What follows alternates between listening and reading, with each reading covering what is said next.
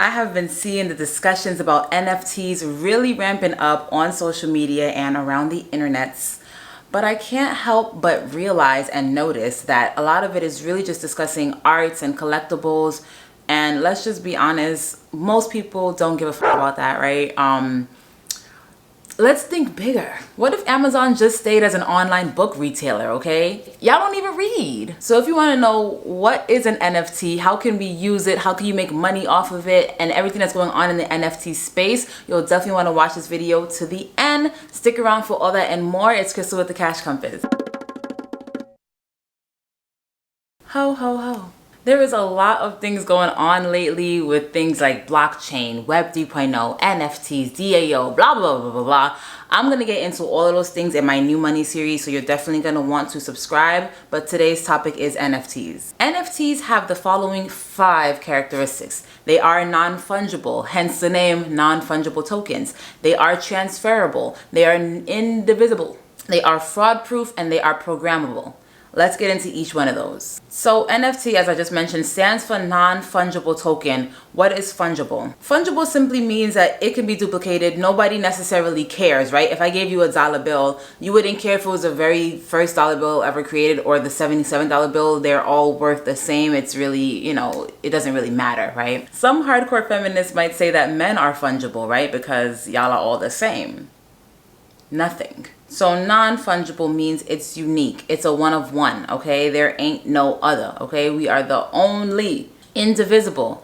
It cannot be cut into smaller amounts. One is one is one. And this is a good way to certify authenticity. I'm going to get into more details on that in a little bit, but basically, once you have this, it is unique. It has a unique code. You know that this is, what it says it is because of this code here or whatever, for example. Kind of like how name brand companies might have a stamp of authenticity in their leather goods, maybe their handbags or something like that. It just lets you know that this is a one of one. Transferable, and this is what I'm most excited about because you can transfer NFTs to anybody, anywhere, anyhow, right?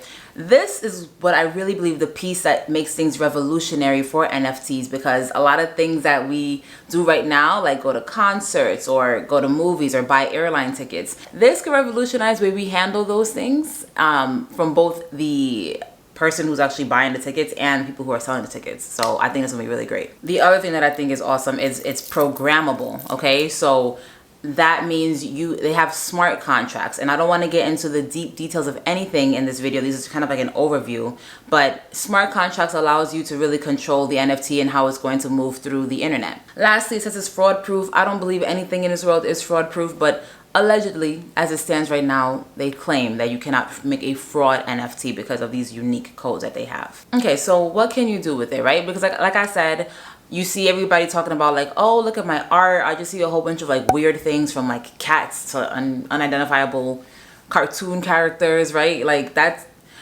seems like a fad. It could definitely give very much so Beanie Babies, right? I've been seeing that comparison, but there's more. You must think bigger. You must. These NFTs create a token that sits on the blockchain. Blockchain is a whole other video, and honestly, here's a great piece of advice for you people right now. A lot of times it's important to understand the basics of something, of an investment, of whatever, but you need to understand the psychology more than the underpinnings of it, right? I could probably put you straight to sleep talking about the inner workings of the blockchain, or I could excite you and tell you about the human psychology, what this can change, what this gives people. That is more important to me than the technicalities of things, because people tend to move, unfortunately, exclusively based off their feelings, right? Like a lot of logic is taken out of things. People feel a certain way, they hear something and it sits well with them, so they run with it, okay? So we study psychology around here. So what you need to know about the smart contract is that it can be written in a certain way. Let me give you an example. I'll give an example using what they are talking about NFTs for right now as art, and then how I can see us using NFTs in the future. So for an artist, for example, you have a piece of artwork you're really proud of and you create an NFT for it, okay? Now somebody purchased it from you. Later on, you become this sensational person and you just, you're super famous in the art space, and that person who bought it from you for like pennies on a dollar, now that thing is worth a whole bunch of money, right? In today's world, if you were to sell that painting and they were to resell it, you would see nada from that, okay? But in the NFT space, you can quote it, smart contract, that anytime this transfers hands, I'm going to make X percentage, okay? And that guarantees that the original artist will be profiting at any step along their journey as an artist, okay? Now, how can we use that in our real life if you're not necessarily into art? You know how airline tickets and concerts and parties, they all want to act stingy, right? Like non-transferable, non-refundable, right? Well, they would literally be de-incentivized to say things are non-transferable, because instead of arguing and telling people it's non-transferable, just write it in the smart contract, right? If you buy airline tickets, instead of getting, you know, maybe like a boarding pass, maybe you get like an NFT or something like this, right? So now if you're like, hey, I actually don't want to go, but my husband will go for me instead, okay? I'll go ahead and just transfer it over to him. That transfer would pay my original airline company. Even if I don't sell it to my husband, I could sell it to a whole random person. No matter how many hands it moves, the original seller of that whatever airline ticket, movie ticket, whatever, they will get paid along the way. That would simplify things for resellers, and it would also authenticate things properly, right? If these things have their unique codes, let's say you have a sneakerhead, or maybe you're into precious metals and you love buying gold online, a lot of times you can't really trust these people, okay? They're scammers. I got scammed. I tried to buy an iPhone on the internet. What was wrong with me? This is back in the day. And I got scammed, right? If it was an NFT type of thing, I could have seen, okay, well, this iPhone came with an NFT, right? It's original, whatever. I can trace it back to Apple, and I know, okay, this came from Apple, for example, and it wasn't stolen off of some truck. It wasn't marked as stolen or something like this, right? Or it actually exists, because in this situation with the phone, I never received the phone. But if I had some sort of proof, some sort of authentication, maybe I wouldn't have got scammed. If you're buying gold online, maybe you can trace it back to the minter, right? Or maybe the original seller, like AppMex, right? Or whatever other gold dealers there are on the internet. There'll be a code so you can see, okay, here's how I know it's authentic, because this is the code for AppMex, and the code for AppMex matches what's in this, you know, the underwritings of the NFT. The bootleg community would literally be shaking in their boots with this technology. Now let's talk some not so good. There's some things to kind of be concerned about, okay? As it stands right now, you're not necessarily buying these assets, you're just buying bragging rights. So the inventor of Twitter, Jack Dorsey, actually sold his very first tweet for an exorbitant amount of money, okay? And what is it, what now what? You know what I'm saying? The person can say, look, I have an NFT that proves that I purchased this tweet. Okay, you know, so it's bragging rights. You can put how much value on that as you want to.